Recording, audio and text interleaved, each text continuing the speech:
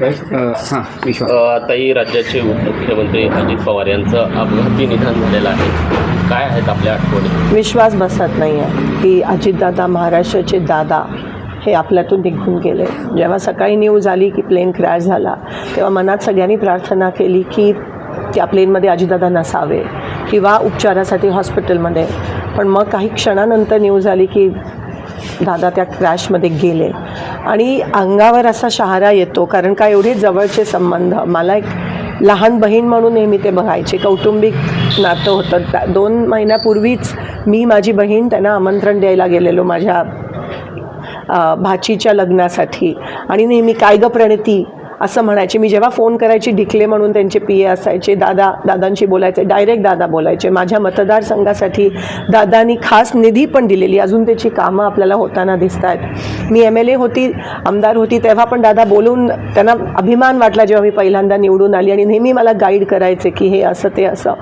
दादांची काम करण्याची पद्धत तुम्हाला सगळ्यांना माहिती आहे. अशी काम करण्याची पद्धत कोणाचीच नाही आहे आजपर्यंत महाराष्ट्रात. डायरेक्ट अधिकाऱ्यांना फोन करणं, डायरेक्ट कार्यकर्त्यांची कामं करणं. कुठेही किती लांब उभा असला तरी बोलवायला हाक मारून बोलवायचे आणि प्रत्येक कार्यकर्त्याच्या मनात, हृदयात दादांनी एक जागा बनवली होती. आज कोणत्याही पक्षाचा असला तरी आज त्याच्या डोळ्यात अश्रू आलेत की दादा महाराष्ट्राचा अजितदादा नाही आहे. 2-3 महिन्यापासून दादा दिल खुलास बिनधास्त म्हणजे जगत होते. जिल्हा परिषद इलेक्शन्स आहेत. दादा एक वेळेसाठी खूप पर्टिक्युलर होते. जर 9ला मीटिंग असायची तर 9ला 10 मिनटं असताना ते तिथे उपस्थित असायचे आणि सारखं एकदम हेक्टिक लाईफस्टाईल.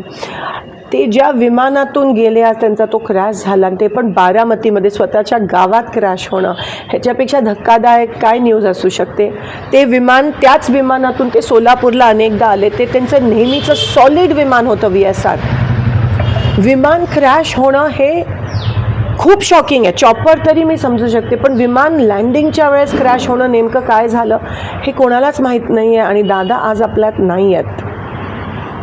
कुठेतरी आपण पाहतोय की तुम्ही त्यांच्यासोबत मंत्रिमंडळात पण काम केलेलं आहे आमदार म्हणून. काय त्यांच्या आठवणी? मी पहिल्यांदा आमदार झाली 2009मध्ये. तेव्हा दादा बघितलं मला विधानसभेत आणि अभिमान वाटला त्यांना. तेव्हा आम्ही सगळे एकत्र होतो आणि तेव्हा दादांचं स्वप्न अनेक वर्षाचं मुख्यमंत्री बनायचं. पण कधी कधी ना मुख्यमंत्र्यांकडे कमी आणि दादांकडे आम्ही जास्त जायचो आणि हक्काने ते बोलवायचे, बसवायचे, काम निधी द्यायचे प्रत्येकाला. कार्यकर्ता असेल, आमदार असेल. आणि दादांची काम करण्याची पद्धत मला माहिती आहे. बोरामणी एअरपोर्टसाठी जेव्हा मी त्यांच्याकडे सकाळीची वेळ दिलेली, आज फोन केला तर म्हणायचे उद्या ये तू, आपण करूयात. आणि मी उद्या सकाळी दुसऱ्या दिवशी पोचायची. डायरेक्ट बोरामणी एअरपोर्टसाठी फोन करून हे 20 कोटी बोरामणी एअरपोर्टसाठी दे सँक्शन करायचे आणि दुसऱ्या दिवशी त्याचं GR निघायचं. हे विकास कामाबद्दल त्यांना एक जी जाणीव होती ना, कधी स्वार्थ आणि एक घाव 2 तुकडे जे काय ते तोंडावर बोलायचे, दिलखुलासपणे बोलायचे. एकाला जर एकाचं काम करायचं असेल कोणत्याही पक्षात असते तर ते दादा काम करायचे आणि ह्याच्यामुळे त्यांच्यावर टीका पण अनेकदा झाली. पण दादांना त्याची पर्वा नसायची. आज पण ते ज्या पद्धतीत आपल्या लोकांसाठी, त्यांच्या लोकांसाठी वन फिरायचे प्रचारासाठी. कोणी बोलवलं तर लगेच जायचे, फोन उचलायचे. हे तुम्हाला दिसणार नाही अनेक लोकांमध्ये महाराष्ट्रात. आणि म्हणून आज एक खूप मोठी पोकळी निर्माण झाली आहे. कारण का दादा गेले, विश्वास होत नाही आहे. आता पण त्यांच्या मिसेस, आज पार्लमेंटचा पहिला दिवस आहे, आज प्रेसिडेन्शियल ॲड्रेस आहे. पण आम्ही काही जण जाऊ शकलो नाही जिल्हा परिषद इलेक्शनमुळे.